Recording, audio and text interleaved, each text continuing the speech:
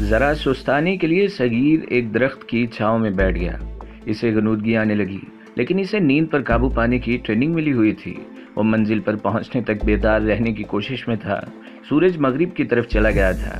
کچھ دیر سستا کر صغیر اٹھا اور چل پڑا۔ کچھ دور جا کر وہ رک گیا۔ اچانک اس کے دل پر گھبراہٹ سی آ گئی تھی، جو بڑی تیزی سے خفقان کی صورت اختیار کر گئی۔ اس کا ذہن بھی کسی اور طرف چل پڑا۔ اسے ایسا لگا جیسے ذہن میں مایوسی سی پیدا ہو رہی ہو۔ اس نے مغرب کی طرف منہ کر لیا اور دونوں ہاتھ آگے بڑھا کر آسمان کی طرف پھیلا دیے۔ صرف تیری ذات کا آسرا ہے خدائے ذوالجلال، اس نے بلند آواز میں اللہ سے کہا۔ میں کس طرح یقین کروں کہ تیری ذات باری نے میرے اتنے کبیرہ گناہ معاف کر دیے ہیں۔ میں توبہ کر کے اس سفر پر چلا تھا، ایک بار پھر توبہ کرتا ہوں۔ اپنے وطن سے غداری سے بڑھ کر اور کوئی جرم اور کوئی گناہ گناونا اور کبیرہ نہیں ہو سکتا۔ اپنا یہ گناہ بخشوانے کے لیے میں اپنی جان بھی دینے کو تیار ہوں، لیکن اللہ تبارک و تعالی مجھے اتنی سی مہلت دے دے کہ میں اپنے پاک وطن پہنچ کر ان گناہوں کا کفارہ ادا کر سکوں۔ میں کچھ غداروں کو سولی پر کھڑا کرنا چاہتا ہوں، گناہ نہیں کروں گا۔ مجھے آزما لے میرے پیدا کرنے والے، میری مدد کو آئے خدائے بزرگ و برتر۔ یہ سارا جنگل اور کچھ دور کھڑے پہاڑ دھندلے دھندلے سے نظر آنے لگے، جیسے وہ ان کے عکس پانی میں دیکھ رہا ہو۔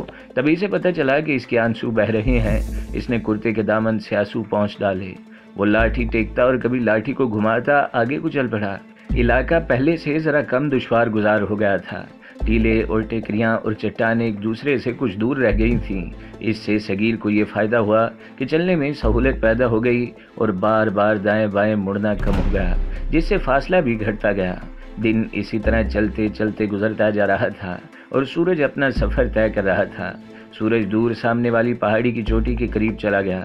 جب صغیر کو باتوں کی آوازیں سنائی دینے لگیں، وہ رک گیا اور آہستہ آہستہ آگے بڑھنے لگا۔ اس کے سامنے لمبی چٹان تھی جس پر گھاس کی ایک پتی بھی نہیں تھی، کیونکہ چٹان پتھریلی تھی۔ اس کے دائیں اور بائیں سے گزرا جا سکتا تھا۔ صغیر اس چٹان تک پہنچ گیا اور چٹان کی دوسری طرف سے اٹھتی ہوئی آوازیں سننے لگا۔ ان آوازوں میں عورتوں کی آوازیں بھی تھیں۔ صغیر نے پہلے تو یہ سوچا کہ اس پہاڑی علاقے کے رہنے والے مزدور پیشہ ور لوگ ہوں گے اور اپنے بیوی بچوں کے ساتھ تلاش روزگار میں شہروں کی طرف جا رہے ہوں گے۔ پہاڑی علاقوں کے رہنے والے لوگ اسی طرح نقل مکانی کرتے ہی رہتے ہیں۔ صغیر کو ایک دو بچوں کی آوازیں سنائی دیں۔ اس نے سوچا کہ ان غریب اور نادار لوگوں سے اسے کوئی خطرہ نہیں ہو سکتا، لیکن احتیاط پھر بھی لازمی تھی۔ وہ چٹان کے ایک طرف چل پڑا اور جہاں چٹان کی ڈھلان تھی وہیں آگے جانے کو راستہ بھی تھا۔ صغیر ڈھلان پر لیٹ گیا اور آہستہ آہستہ اوپر کو رینگنے لگا۔ وہ دیکھنا چاہتا تھا کہ یہ کون لوگ ہیں۔ اسے بڑی اچھی طرح نظر آ گیا وہ خانہ بدوش تھے۔ اس چٹان سے آگے ٹیکریوں اور چٹانوں میں گھری ہوئی خاصی کشادہ جگہ تھی، جس کے ایک طرف چھوٹا سا تالاب تھا۔ اس پر پانی بھرا ہوا تھا۔ باقی جگہ ہموار تھی، جہاں خانہ بدوشوں نے 5-6 خیمے لگا رکھے تھے۔ یہ عام خیموں کی طرح مخروطی نہیں تھے، ان کی ساخت کچھ اور ہی تھی۔ لمبے لمبے بانسوں کو لمبائی کے رخ کاٹ کر ہر ٹکڑے کو نیم دائرے کی شکل میں دوہرا کیا ہوا تھا اور ہر ٹکڑے کو دونوں سروں سے زمین میں گاڑا ہوا تھا اور بوسیدہ سے ترپال اور موٹے کپڑے ڈال کر خیمے بنا لیے گئے تھے۔ 12-14 آدمی تھے، کچھ اتنی ہی جوان اور 1-2 بوڑھی عورتیں تھیں اور کچھ بچے بھی تھے۔ ایک طرف 6-7 گدھے بھی بدے ہوئے تھے۔ ان لوگوں کو بے ضرر جان کر صغیر سرکتا ہوا چٹان سے اترا اور ایک طرف سے گزر کر آگے چلا گیا۔ خانہ بدوش اپنے اپنے کاموں میں اور گپ بازی میں لگے رہے اور لکھ نرنجن صغیر نے جوگیوں اور سادھوؤں کی طرح صدا لگائی، رام بھلی کرے گا، اوم اوم سچ ہے، رام بھلی کرے گا۔ تمام خانہ بدوشوں نے اس طرف دیکھا اور سب خاموش ہو گئے۔ صغیر نے ہاتھ اوپر اٹھایا جیسے انہیں آشیرواد دی ہو۔ آؤ جوگی مہاراج، خانہ بدوش نے اٹھ کر کہا۔ دھنیہ واد، آؤ آؤ یہاں براجو۔ صغیر کو یہ دیکھ کر اطمینان ہوا کہ یہ لوگ اسے جوگی اور سادھو ہی سمجھے ہیں اور انہوں نے اسے شکی نگاہوں سے نہیں دیکھا۔ صغیر کو یہ سوچ بھی آ گئی کہ اسے یہ وہم ذہن سے نکال دینا چاہیے کہ اس پر کوئی شک کرے گا۔ اس کی بجائے وہ ساری توجہ اپنی ایکٹنگ پر مرکوز رکھے اور حرکتوں اور باتوں سے یہ تاثر پیدا کیے رکھے کہ وہ تارک الدنیا سادھو ہے۔ جوگی اپنے من کی موج میں جا رہا تھا۔ صغیر نے کہا، مت روکو جوگی کو، ایسا نہ ہو کہ ہنومان بھی گزر جائیں اور ان کا یہ جوگی بال کا پیچھے رہ جائے، پر 2 گھونٹ پانی کے لیے جوگی ضرور رکیں گے۔ وہ جنگلوں میں رہنے والے تو ہم پرست خانہ بدوش تھے، تہذیب و تمدن سے بہت دور زندگی بسر کرنے والے۔ وہ یوں اٹھ کھڑے ہوئے جیسے یہ جوگی آسمان سے اترا ہو۔ صغیر نے اپنے انداز میں ایسا تاثر پیدا کر لیا تھا جیسے اسے ان خانہ بدوشوں کے ساتھ اور اس دنیا کے ساتھ کوئی دلچسپی نہیں۔ 2 بوڑھے خانہ بدوش اور 4-5 آدمی صغیر کے پاس آئے اور التجائیں کرنے لگے کہ جوگی مہاراج کچھ دیر ان کے پاس بیٹھ کر ان پر کرم کریں۔ صغیر نے یوں آنکھیں چڑھا لی جیسے اس پر خمار طاری ہو رہا تھا اور یوں ان کے ساتھ چل پڑا جیسے ان کی خواہش پوری کرنا چاہتا ہو۔ خانہ بدوش اسے خیمے میں لے گئے اور حقہ اس کے آگے کر دیا۔ صغیر سگریٹ تو پیا کرتا تھا لیکن بہت کم۔ وہ انڈین انٹیلیجنس کا بڑا پکا اور تجربے کار ایجنٹ تھا۔ اسے ٹریننگ دی گئی تھی کہ کسی نشے کو عادت نہیں بنانا، کیونکہ نشہ ہر جگہ نہیں مل سکتا اور بعض ایجنٹ صرف نشے کے عوض اپنا راز فاش کر دیتے ہیں۔ صغیر نے اس ٹریننگ کے مطابق سگریٹ نوشی کو عادت نہیں بنایا تھا۔ اس نے سگریٹ کا آخری کش شملہ سے فرار سے کچھ دیر پہلے لگایا تھا۔ اب حقہ اس کے سامنے آیا تو اسے تمباکو نوشی کی طلب محسوس ہوئی، لیکن اس نے سر ہلا کر ہاتھ سے اشارہ کیا کہ حقہ اس کے آگے سے ہٹا لو۔ صغیر کو یہ شک ہوا کہ یہ لوگ حقے میں تھوڑی سی چرس ڈال کر پیتے ہیں اور سب لوگ جانتے ہیں کہ جوگی، سادھو اور سنیاسی بھی چرس کے عادی ہوتے ہیں۔ صغیر نے شراب بہت پی تھی لیکن چرس اور افیون جیسا نشہ کبھی نہیں کیا تھا۔ اس نے اب حقے کی طلب پر قابو پا لیا اور اپنے سامنے سے حقہ ہٹوا دیا۔ اسے پوری طرح ہوش میں رہنا تھا اور یہ جائزہ لینا تھا کہ یہ لوگ کس حد تک سادہ اور پسماندہ ہیں۔ سورج پہاڑی کے پیچھے چلا گیا تھا اور جنگل کی شام دھندلی ہوتی جا رہی تھی۔ صغیر نے انہی لوگوں کے ساتھ رات گزارنے کی سوچی، لیکن انہیں اعتماد میں لیے بغیر ان کے ساتھ رہنا مناسب نہیں تھا۔ عورتیں بھی خیمے کے سامنے آ کر بیٹھ گئیں اور صغیر کو اشتیاق سے دیکھ رہی تھیں۔ جوگی مہاراج خیمے کے دروازے میں بیٹھی ایک بوڑھی عورت نے کہا، کیا آپ ہاتھ دیکھ کر آنے والے دنوں کی بات بتا سکتے ہیں؟ مہاراج، ایک بوڑھا بولا، اس کا ایک بیٹا 1 مہینے سے لاپتہ ہے، اس کا کوئی کھرا کھوج نہیں مل رہا۔ تو نے اس کا کوئی نام تو رکھا ہوگا مائی؟ صغیر نے مخمور سی آواز میں کہا۔ کب جنا تھا اسے؟ کتنے برس ہو گئے ہیں؟ بھولا رام اس کا نام ہے جوگی مہاراج، بڑھیا نے کہا۔ اس کی عمر 28 سال ہے، پر وہ کوئی ایسا بھولا تو نہیں، صغیر نے کہا۔ شہر کی ہوا لگ گئی ہے، بھولا رام کا ستارہ رات دیر سے اوپر آئے گا، صبح بتاؤں گا۔ اگر تیرا دل پرچانا ہوتا تو کہہ دیتا، مائی غم نہ کر، تیرا بیٹا آ جائے گا، صبح بتاؤں گا۔ پر یہ ہمارے من کی موج ہے کہ رات ادھر ٹھہریں گے یا نہیں۔ اس بڑھیا کے ساتھ کئی اور آوازیں آئیں کہ مہاراج آج رات ادھر ہی گزارو۔ صغیر نے دیکھا کہ اس کے سامنے ترپال کا ایک ٹکڑا پڑا ہوا تھا اور اس پر کم و بیش 6 انچ لمبی سوئی پڑی ہوئی تھی جس کے ناکے میں موٹا دھاگا تھا۔ ترپال کے 2 ٹکڑوں کو اس موٹی اور لمبی سوئی سے سیا جا رہا تھا۔ صغیر کے دماغ میں ایک بات آ گئی، اس کے پاس جو چاقو تھا اسے اس نے مقناطیس پر اتنا زیادہ رگڑا ہوا تھا کہ لوہے کے چھوٹے سے ٹکڑے کو 1-2 انچ دور سے ہی کھینچ لیتا اور اپنے ساتھ چپکا لیتا۔ صغیر نے یہ معلوم کرنے کے لیے کہ یہ لوگ کس حد تک جنگلی ہیں، چاقو جیب سے نکالا اور اسے کھولا۔ ادھر آ مائی، صغیر نے گمشدہ بیٹے کی ماں کو اپنے پاس بلایا۔ وہ آئی تو صغیر نے اسے اپنے سامنے بٹھا لیا۔ اپنے بیٹے کا نام دل میں رکھ کر دائیں ہاتھ کی 2 انگلیاں چاقو کے پھل پر پھیر اس بوڑھی عورت نے اپنے دائیں ہاتھ کی شہادت کی انگلی اور درمیان والی انگلی چاقو کے پھل کی چوڑائی کی طرف ایک مرتبہ پھیری اور صغیر نے چاقو پیچھے ہٹا لیا۔ پھر اس نے اوپر دیکھا اور چاقو بلند کر کے اس کی نوک ہوا میں یوں بائیں سے دائیں پھیری جیسے ہوا میں کچھ لکھا ہو۔ بھولے، صغیر نے بلند آواز سے کہا، اپنی ماں کے پاس واپس آئے گا۔ تیرے من میں ماں کا پیار ہے یا نہیں؟ صغیر نے دیکھ لیا تھا کہ سوئی کہاں رکھی ہے، اس سے 1-2 ہاتھ ہی دور تھی۔ صغیر نے اوپر دیکھتے ہوئے چاقو کو 1-2 مرتبہ دائیں بائیں ہلایا اور اپنی نظریں اوپر ہی رکھ کر چاقو نیچے کر لیا اور اس طرح چاقو سوئی تک جا پہنچا۔ سوئی ٹھک کی آواز پیدا کرتی چاقو کی پھل کے ساتھ چپک گئی۔ صغیر نے چونک کر ادھر دیکھا۔ صغیر کو تو یہ معلوم تھا کہ سوئی چاقو کے ساتھ لگ جائے گی، اس لیے اس نے سوئی کی طرف توجہ نہ دی بلکہ ان خانہ بدوشوں کا رد عمل دیکھنے لگا۔ جو ہی سوئی چاقو کے پھل کے ساتھ لگی تو اسے خانہ بدوشوں کی دبی دبی آوازیں سنائی دیں جیسے وہ سب حیرت زدہ ہو گئے ہوں۔ پیار ہے مائی، صغیر نے کہا، نہ ہوتا تو یہ سوئی چاقو کو اپنی ماں سمجھ کر اس کے ساتھ نہ لگتی۔ اب یہ کل بتائیں گے کہ تیرا بیٹا کب تک آ جائے گا۔ صغیر نے ان خانہ بدوشوں کے چہروں کو خاص طور پر دیکھا جو خاصی عمر کے ہو گئے تھے۔ صاف پتہ چلتا تھا کہ یہ جنگل میں ہی پیدا ہوئے ہیں اور جنگل میں ہی بوڑھے ہو گئے ہیں۔ انہیں مقناطیسی قوت کا کچھ علم نہیں۔ صغیر مطمئن اور مسرور ہو گیا۔ اس کا مسئلہ صرف یہ تھا کہ رات گزارنی تھی۔ بوڑھے خانہ بدوشوں نے صغیر سے پوچھا کہ مہاراج کھائیں گے کیا؟ صغیر نے ان سے پوچھا کہ وہ کیا کھاتے ہیں؟ ہماری کیا پوچھتے ہیں جوگی مہاراج، ایک بوڑھے نے جواب دیا۔ زمین پر کوئی ہلتی جلتی رینگتی چیز نظر آئے ہم پکا کر کھا لیتے ہیں، سانپ مل جائے تو اس کا سر کاٹ کر پھینک دیتے ہیں اور باقی سانپ پکا کر کھا لیتے ہیں، اپنا کوئی گدھا یا گدھی مرنے لگے تو اس کی گردن کاٹ کر اور کھال اتار کر کھا لیتے ہیں۔ خرگوش اور گیدڑ تو ہماری عام غذا ہے، مہاراج بتائیں کیا کھانا پسند کریں گے؟ ہم اپنی مرضی پسند سے کچھ نہیں کھا سکتے۔ صغیر نے جھومتی ڈولتی آواز میں کہا، جو اوپر سے حکم آتا ہے ہم وہ کھاتے ہیں، تمہارے پاس کوئی دال ہو تو وہ پکا دیں اور ساتھ 2 روٹیاں۔ صغیر کو حلال اور حرام کا خیال تھا، بھوک ستا رہی تھی اور صرف دال ہی تھی جو حلال تھی۔ صغیر کی پسند سنتے ہی بوڑھے نے عورتوں کو حکم دیا کہ فوراً چنے کی دال بڑی احتیاط اور محنت سے پکائیں اور ساتھ 2 پراٹھے پکائیں۔ صغیر نے جب دیکھا کہ یہ لوگ تو بالکل ہی جنگلی ہیں تو اس نے زبان کا کچھ اور جادو چلایا۔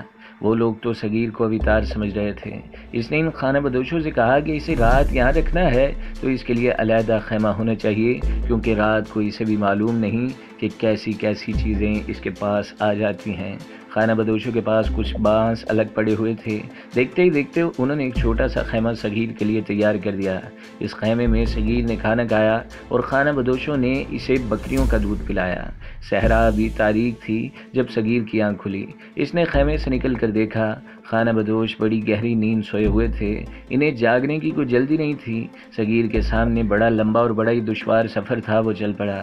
اس کا رخ اس کے اپنے اندازے کے مطابق جلندھر کی طرف تھا۔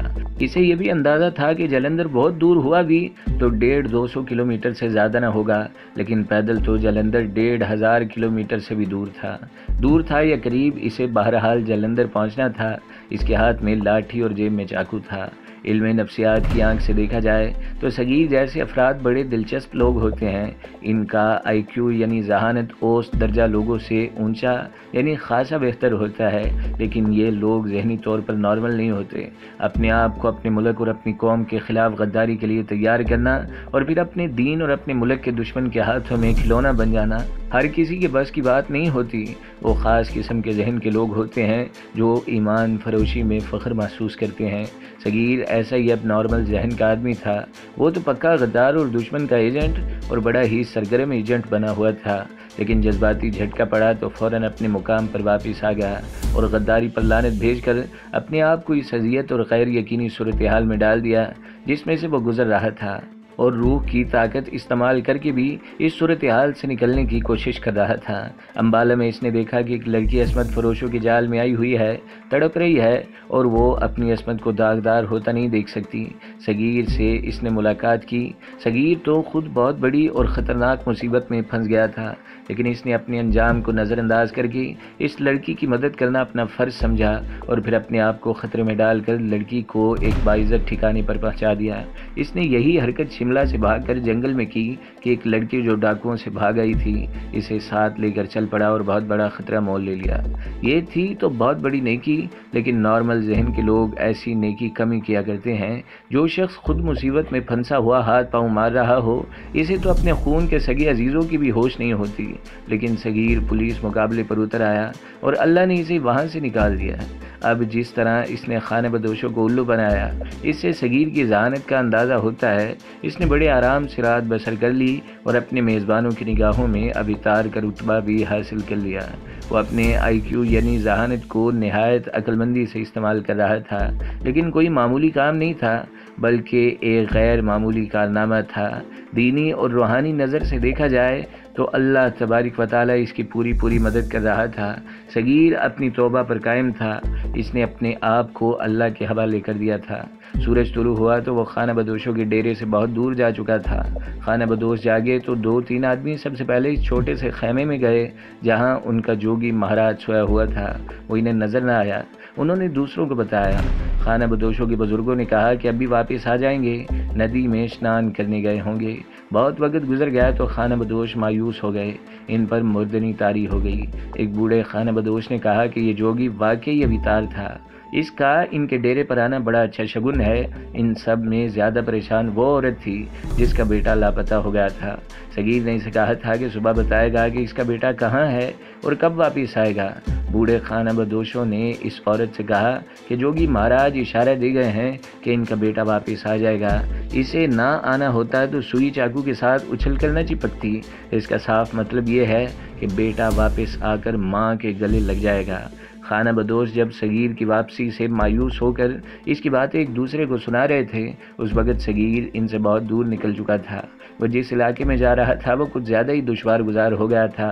وہاں پھر وہی خطرہ صغیر کو نظر آنے لگا کہ ایسا نہ ہو کہ ٹیکریوں، ٹیلوں اور چٹانوں سے مڑتا گھومتا کہیں پیچھے کوئی نہ چل پڑے۔ اس نے اپنا دماغ حاضر رکھا۔ بھوک پھر ستانے لگی۔ ایک دو درختوں نے اس کے پیٹ کا تنور ٹھنڈا کر دیا۔ وہ تر و تازہ ہو کر چلتا گیا اور آدھا دن گزر گیا۔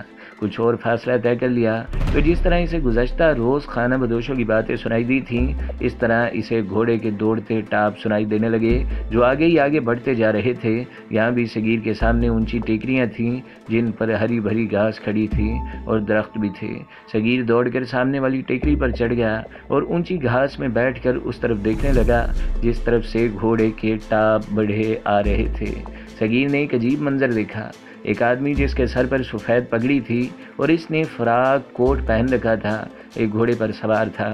گھوڑا سرپٹ دوڑا آ رہا تھا اور اس کے تعاقب میں ایک ریچھ تھا۔ ریچھ کے دوڑنے کی رفتار شیر جیسی نہیں ہوتی۔ ریچھ گھوڑے جتنا تیز بھی نہیں دوڑ سکتا، لیکن یہ ریچھ گھوڑے کے بالکل قریب پہنچ گیا تھا۔ سوار گھبراہٹ کے عالم میں کبھی پیچھے دیکھتا اور کبھی زور زور سے گھوڑے کی باگ ہلاتا اور ایڑ لگاتا۔ ریچھ صرف اس وجہ سے گھوڑے تک پہنچ گیا تھا کہ یہ گھوڑا مریل سی قسم کا کمزور گھوڑا تھا جسے دوڑا بھی نہیں جا رہا تھا۔ یہ تو ریچھ کا ڈر تھا کہ گھوڑا ذرا تیز دوڑ رہا تھا، لیکن صاف نظر آتا تھا کہ تھوڑی دور جا کر گھوڑا تھک جائے گا اور رک جائے گا، پھر ریچھ اسے زندہ نہیں چھوڑے گا۔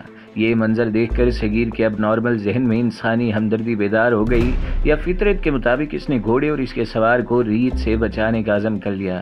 عجیب بات تو یہ تھی کہ ریچھ گھوڑے کے تعاقب سے ہٹ ہی نہیں رہا تھا۔ یہ ریچھ کی فطرت کے خلاف تھا۔ شیر اور بھیڑیے وغیرہ شکار کے پیچھے اس طرح دوڑا کرتے ہیں کہ اسے پکڑ کر ہی دم لیتے ہیں۔ ریچھ عموماً آسان شکار میں دلچسپی رکھتا ہے۔ صغیر نے دیکھا کہ ریچھ کے پیچھے دو چھوٹے چھوٹے بچے دوڑے آ رہے تھے۔ وہ سمجھ گیا کہ یہ ریچھ گھوڑی کے پیچھے کیوں لگا ہوا ہے۔ سوار اس ریچھ کے گھر کے قریب سے گزرا ہوگا۔